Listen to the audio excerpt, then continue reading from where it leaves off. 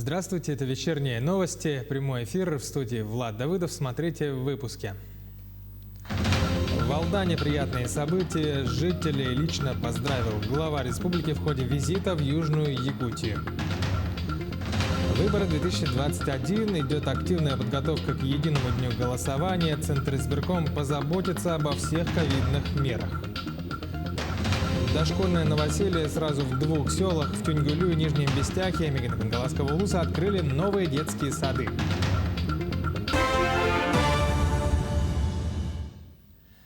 Глава республики Айсен Николаев работал сегодня в Алдане. Визит был приурочен к нескольким знаменательным событиям. Прежде всего, это присвоение Алдану почетного звания «Город трудовой доблести» и введение в строй спортивно-оздоровительного комплекса с бассейном «Энергетик». Репортаж коллег из Южной Якутии. Историческое событие, которое уже вписано в летопись Алдана и Якутии, получение первенцем промышленности республики статуса города трудовой доблести, можно по праву считать заслугой всех якутян. Инициативу алданцев поддержали по всей республике, и сегодня на торжественном мероприятии по данному случаю глава Якутии Айсен Николаев вручил мэру города Алдана Александру Бугаю соответствующий указ, подписанный президентом страны. Уважаемый Айсен Сергеевич, огромная благодарность вам от всех жителей города, района за то, что вы поддержали наш почин. Это была кропотливая работа, но алданцы заслужили этого. И сегодня мы получили это достойное звание, которым мы вправе гордиться. И самое главное, отдать дань памяти нашему старшему поколению за их трудовой подвиг. Перед началом торжественного собрания глава республики возложил цветы к обелиску тружеников тыла, который расположен на территории мемориального комплекса Победы. Делегация почтила минутой молчания память героев Великой Отечественной войны и 7 героев Советского Союза, чьими именами славен Алдан.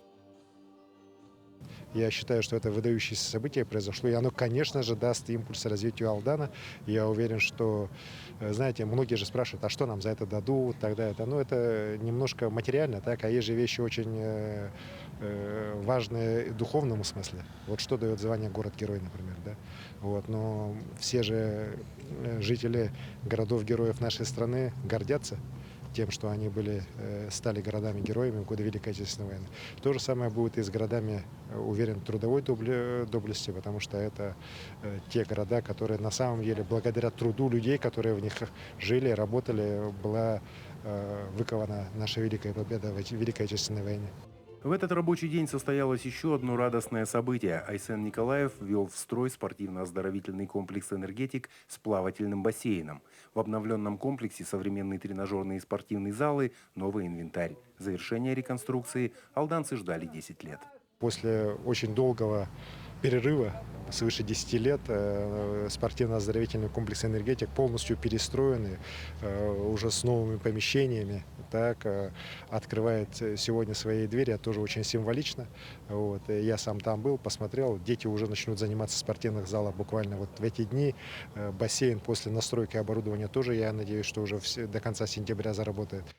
Как подчеркнул Айсен Николаев, обращаясь к активу района, Алдан – это золотой венец Якутии, а сплоченность его жителей позволяет рассчитывать на новые свершения и социально-экономическое развитие района. Руслан Павлов, Георгий Баранов, город трудовой доблести, Алдан. Степаниде Артахиновой вручили медаль ордена за заслуги перед Отечеством первой степени за успешное выступление на Паралимпийских играх. Церемония награждения прошла в Кремле. Якутская лучница по радостному совпадению сегодня отмечает свой день рождения. К другим новостям Министерство экологии республики объявляет о проведении повторной жеребьевки с использованием генератора случайных чисел по распределению разрешений на добычу охотничьих ресурсов, на которых устанавливается лимит их добычи, кроме дикого северного оленя и соболя. 15 сентября этого года с 10 часов утра будет вестись прямая трансляция жеребьевки на официальном сайте Минэкологии Якутии, а итоги появятся в течение одного рабочего дня после проведения жеребьевки на этом же сайте. К эпидобстановке. За минувшие сутки в республике выявлено 155 новых случаев заболеваний коронавирусом, из них в Якутске 91, в Мирнинском, Вилюйском районах по 5 случаев, По 4 заболевших выявили в Аллайховском, Верхоянском, Нерынгринском, Среднеколымском районах. Еще в 21 районе зафиксировали от 1 до 3 заболевших, сообщает оперативный штаб. Якутия готова к выборам. В Центризбиркоме рассказали о готовности региональной избирательной комиссии к предстоящим выборам. Ключевое внимание уделено санитарным мерам во время пандемии. В первую очередь средства индивидуальной защиты, маска, перчатки, индивидуальная ручка будут выдаваться каждому избирателю. На входе всем будут измерять температуру тела, в каждом участке будут санитайзеры, на полу специальные разметки для обозначения необходимой санитарной дистанции. На сегодняшний день привито более 75% членов участковых территориальных избирательных комиссий Центризбиркома. Безопасность будет заключаться не только в медицинском плане, но и в вопросах сохранения всей избирательной документации. Для этого будет осуществлено на всех избирательных участках либо видеонаблюдение, либо фиксация видеонаблюдения. Ну и один из серьезных моментов, то, что во всех участках будут работать наши правоохранительные органы. Они приступят уже к тому, чтобы охранять всю нашу документацию с 15 числа. То есть, уважаемые товарищи, наши выборы состоятся реально, никаких нарушений не будет. Ваша задача прийти и проголосовать за достойного кандидата в депутаты Государственной Думы и за ту партию, которую вы выберете. В Тампонском районе продолжается досрочное голосование для отдельных групп избирателей, находящихся в отдаленных и труднодоступных местностях, а их в Улусе 21. На сегодня досрочно уже проголосовали 404 человека. Сюжет из Хандаги.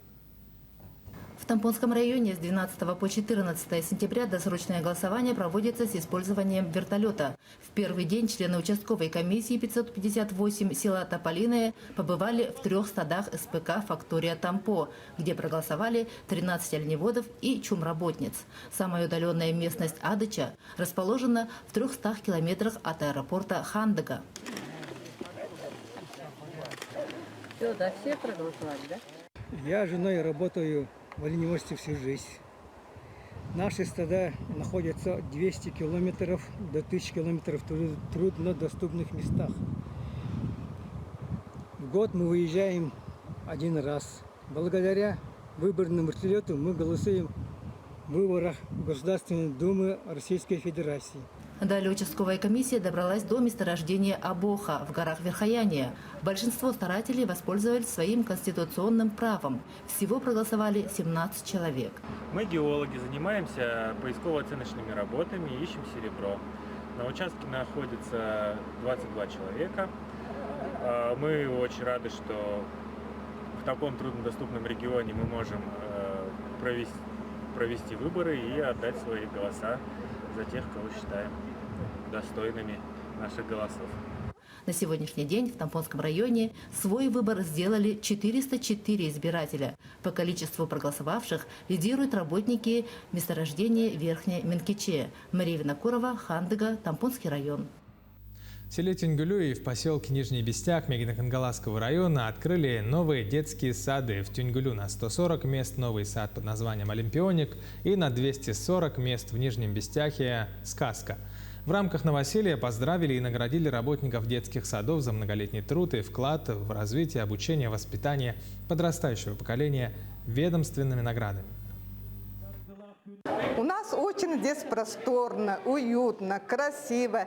Для детей отдельные музыкальные залы, физкультурные залы, компьютерный класс, кабинет психолога, кабинет логопеда, отдельно прививочные кабинеты, отдельно кабинеты гигиениста.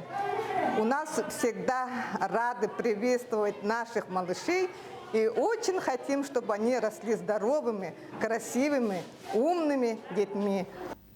В Якутск причалил экипаж проекта под названием «Байкал-Аляска» по следам амурской экспедиции. Она стартовала в июне в Иркутске.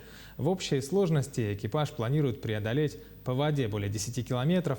Главная цель проекта – возрождение великой истории Иркутской губернии и развитие туристического потенциала востока России.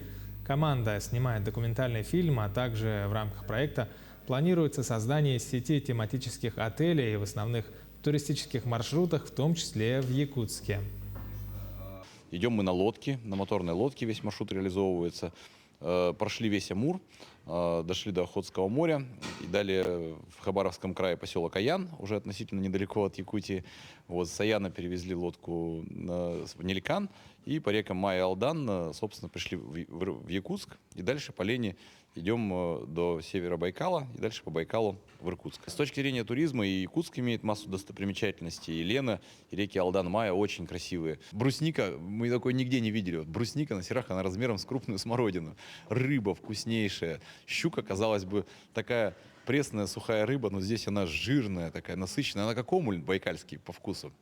И вот, ну и красоты ландшафты, конечно, уникальные. Ну и самое главное, это люди. В 2025 году в Якутске появится парк будущих поколений. Сегодня состоялось торжественное мероприятие подписания соглашения между представителями Целевого фонда будущих поколений республики и инвестиционно-строительной фирмой «Дирекция по строительству». Стратегический проект «Парк будущих поколений республики» реализуется по поручению главы Якутии Айсена Николаева. Это будет первое круглогодичное открытое пространство в центре столицы, учитывающее климатические особенности региона. Было принято решение сделать такой молодежный такой центр, в котором дети, молодежь могли бы развиваться всесторонне. Да?